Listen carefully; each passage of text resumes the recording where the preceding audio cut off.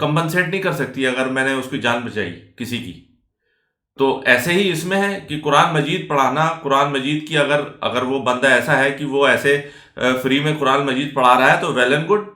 لیکن اگر وہ ایک اسپیسیفائڈ اماؤنٹ لے رہا ہے، اگر آپ کے بچے کو وقت دے رہا ہے، تو اس کو قرآن مجید اگر وہ پڑھا رہا ہے تو اس میں کیا پریشانی ہے؟ اور آپ کے بچے کی اور آپ کے بچوں کے آنے والے بچوں کی، آپ کی نسلوں کی جو ہے وہ تربیت ہو رہی ہے، تو اس میں آپ کو پیسے دینے میں کیا پریشانی ہے؟ اور لوگ یہ کہتے ہیں کہ بھئی اسلامک جو وہ ہے، اسلام کے لیے جو کام کر رہا ہے، بھئی اس کو کھانے پینے کی ضرورت نہیں ہے کیا؟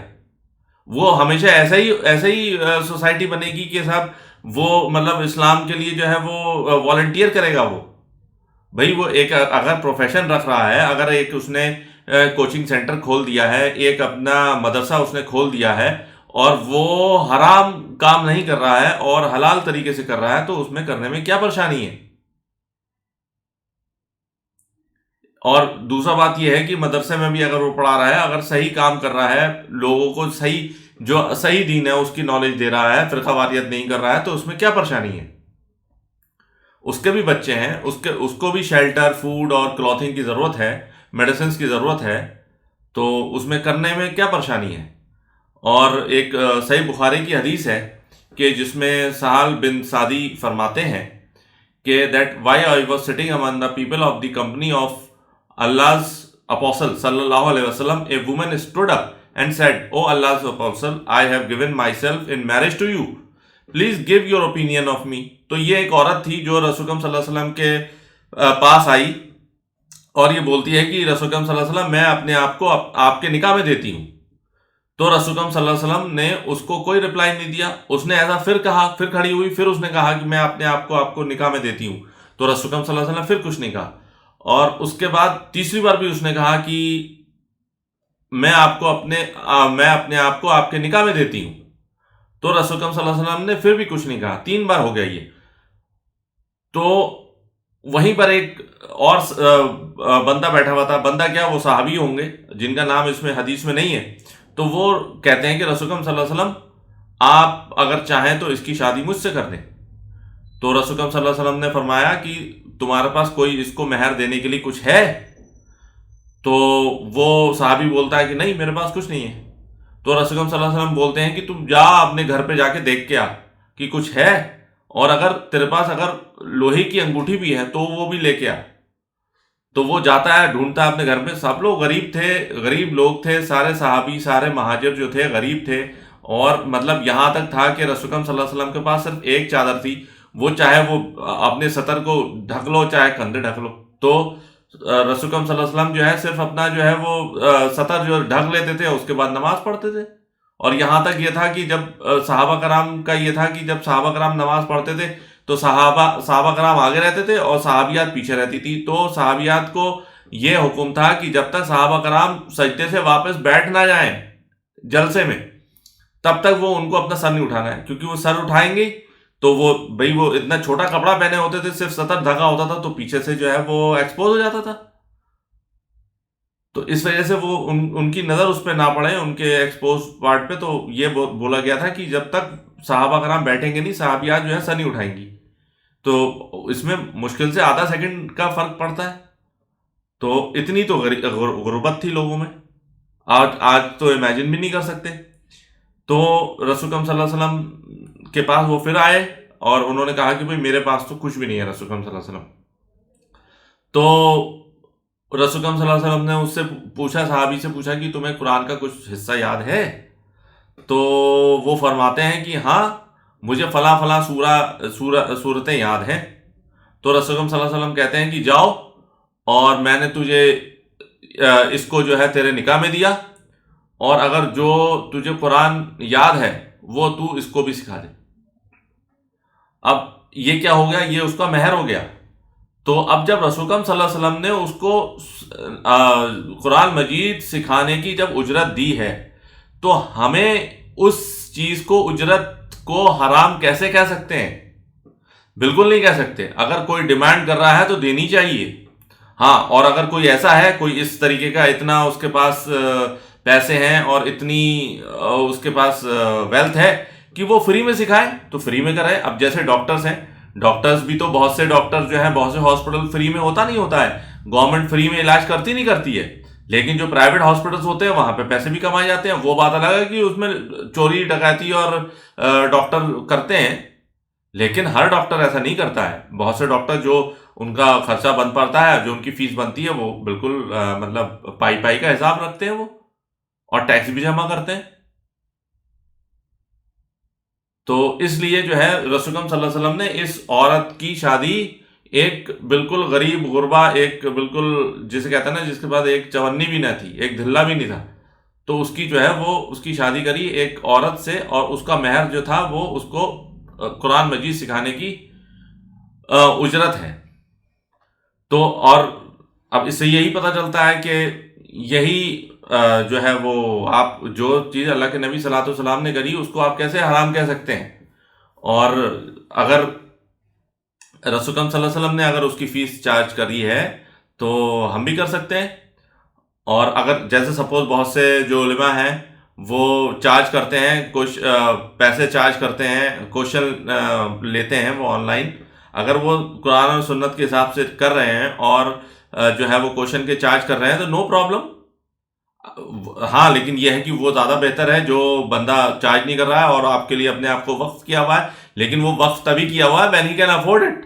اگر اس کے پاس سے پیچھے سے پیسے آ رہے ہیں، پیچھے سے اس کو کوئی اس کی کفالت کر رہا ہے، تبھی وہ کر رہا ہے. اگر میرے پاس پیسے نہیں آئیں گے تو میں کیسے کسی مریض کی میں فری میں علاج کرتا ہوں؟ بھائی میں اپنا بتاتا ہوں، میں فری میں مریض کا علاج نہیں کرتا ہوں، کیونکہ یہی میرا ذریعہ معاش ہے، یہی اسی سے تو میں پیسے کماؤں گا.